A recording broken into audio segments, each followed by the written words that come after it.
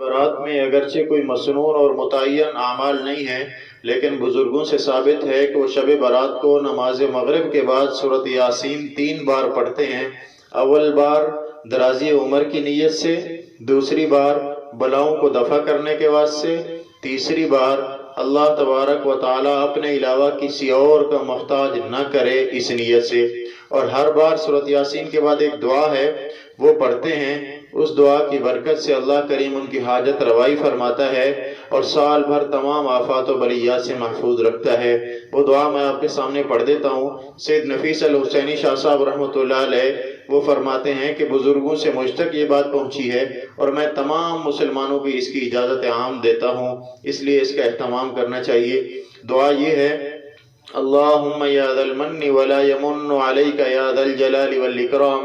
یا ذا الطول والانعام لا الہ الا انت ظہر اللاجئین وجار المستجیرین وامان الخائفین اللہم ان کنت کتبتنی عندک فی ام الکتاب شقیا او محروما او مطرودا او مقترا علی فی الرزق فامحو اللہم شقاوتی وحرمانی وطردی واختار رزقی واثبتنی عندک فی ام الکتاب سعیدا مرزوقا موفقا للخیرات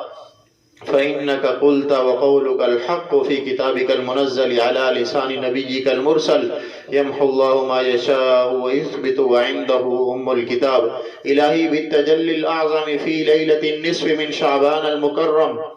التي يفرق فيها كل أمر حكيم ويبرم أن تكشف عنا من البلاء ما نعلم وما لا نعلم